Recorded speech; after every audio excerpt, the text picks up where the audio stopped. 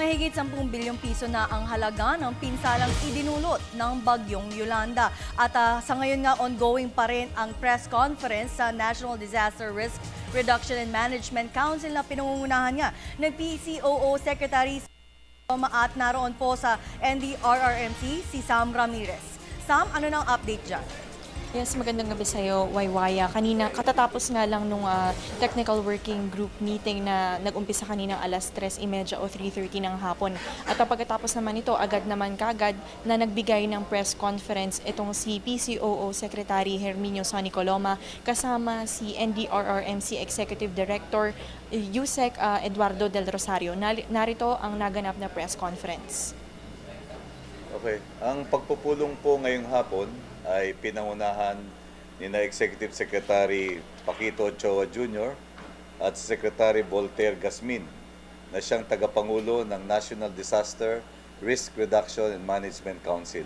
Dumalo po dyan ang mga kalihim ng Department of Transportation and Communications, Joseph Emilio Aguinaldo Abaya, Secretary of Trade and Industry Gregory Domingo, nariyan din po si TESDA Secretary Joel Villanueva na siyang Deputy Coordinator ng Logistics Hub po natin sa Cebu. Nariyan din po si Chief of Staff of the Armed Forces General Emmanuel Bautista at iba pang mga matataas na opisyal.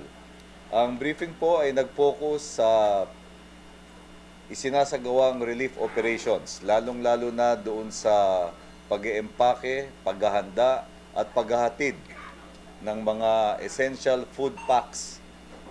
Ito po mga food packs na ito ay ina-assemble sa 6 na repacking center na-announce na previously. At ang pagbibigyan po nito, ang mga pinagbibigyan na primary beneficiaries ay ang 275,000 most needy families. 134,655 of whom come from the 40 municipalities of Leyte Province. 54,910 sa Tacloban, Ormoc ay 11,040 at sa Baybay City sa Leyte 6,215.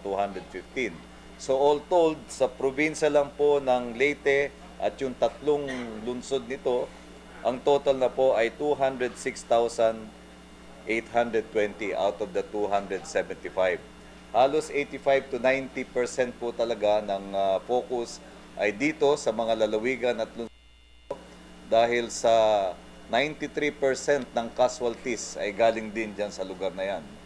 At ang destruction at devastation ay pinakalaganap sa Tacloban at sa mga bayan ng Leyte. Sa Eastern Samar naman ay merong 46,347 families at sa Biliran Province 12,069, mas maliit na bilang po sa Northern Samar at Western Samar. So ang focus po ng pamahalaan is to produce 140,000 food packs a day. At sa ngayon po ay ina-address yung mabilis na paghahatid ng mga food packs na ito. Kline-clear up na po yung dating naging pagsisikip ng traffic sa Matnog para mailipat po yung mga goods mula sa sasakyan at sa mga ro-ro vessels at maiparating sa Tacloban at Samar. Lumahok din po sa pagpupulong ngayong hapon ang mga kinatawan ng mga malalaking kumpanya ng langis at gasolina at sila pong lahat ay tiniyak sa ating pamahalaan yung sapat na supply ng gasolina para sa relief operations. At yan nga po ang naging pahayag ni PCOO Secretary Herminio Sonny Coloma. Ang nabanggit niya nga kanina ay naging sentro ng usapin nila sa kanilang meeting kanina ay yung kung paano pa mas mapapabilis yung pag-aabot ng tulong sa mga kababayan nating nasa lanta nitong si Super Typhoon Yolanda. At doon na rin sa relief operations, ilan sa mga major points na nabanggit ni Secretary Coloma ay yung pagsisikap ng pamahalaan na makahanap pa sila ng alternative routes or yung mga iba pang seaport seaports na pwedeng magamit kasi ang as of now ata ang isang seaport lamang ang ginagamit yung mga relief goods na nanggagaling ng Cebu ay ipinapasok ito sa seaport ng Matnog sa may Leyte at kagaya nga ng nasabi ko ay sinisikap ng pamahalaan na makahanap pa ng iba pang routes or seaports na pwedeng pagpasukan nitong mga relief goods na nanggagaling sa Maynila. Isa din sa major point na nabanggit ni Secretary Coloma ay yung pag-assure ng mga oil companies na sapat ang supply po ng langis dahil ito ang langis po ay isang critical na bahagi para sa paghahatid nitong mga relief goods, especially po dun sa mga far-flung areas kung saan mga military trucks o mga sasakyan lamang po ang nakakadating. At isa rin po sa magandang na i-raise Secretary Coloma ay yung foreign assistance. As of now, meron ng 10.7 billion pesos worth of foreign assistance ang natatanggap ang both private sector and ang pamahalaan. Ito po ay in cash, in kind, and in pledges. At sinigurado naman po ni Secretary Coloma na magiging transparent po ang pamahalaan pagdating dun sa mga foreign assistance na natatanggap ng gobyerno. At sa katunayan ay sila ay magtatayo po ng isang financial aid transparency hub. Ito po ay isang website kung saan makikita po yung breakdown kung saan nagagamit yung foreign assistance na idinediretso sa ating pamahalaan. Ito po ay pangungunahan ng Presidential Communications and Operations Office pati na rin ng Department of Budget and Management. Samantala, ang binigay naman pong update sa atin ni Yusek Eduardo Del Rosario ay yung death toll ay medyo bahagyang tumaas. As of 12 noon, ito ay nasa 3,974. At yan ang latest mula dito sa NDRRMC. Waywaya? Sam, yes. May ilang katanungan lang ako. Nabanggit ni Secretary Coloma yung sapat na supply ng gasolina doon sa mga apektadong lugar. Nabanggit ba kung paano nila ito masusustain at dahil nga wala pa ng kuryente doon, nabanggit ba yun ni Secretary?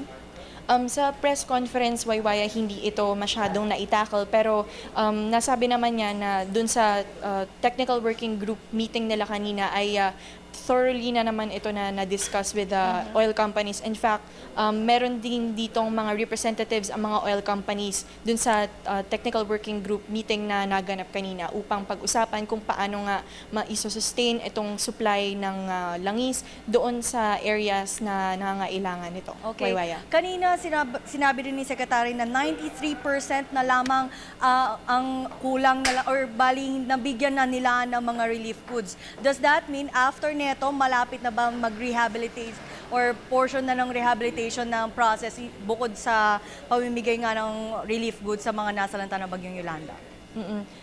As of now, ang focus daw talaga ng pamahalaan ay yung relief operations kasi ang relief goods naman, hindi naman ito yung parang one-time, big-time lang na bagsakan ng relief goods. Dapat ma-sustain ito ng pamahalaan. Pero nabanggit rin naman kanina ni Secretary Coloma dun sa question and answer portion dito sa press conference na as early as now ay pinag-uusapan na rin nila itong rehabilitasyon ng mga regions at na matinding naapektuhan nitong si Super Typhoon Yolanda. Pero as of now, ang main priority pa rin ay relief operations. Waywaya. Okay, maraming salamat sa iyo, Sam Ramirez, nag-uulat sa tanggapan ng NDRRMC.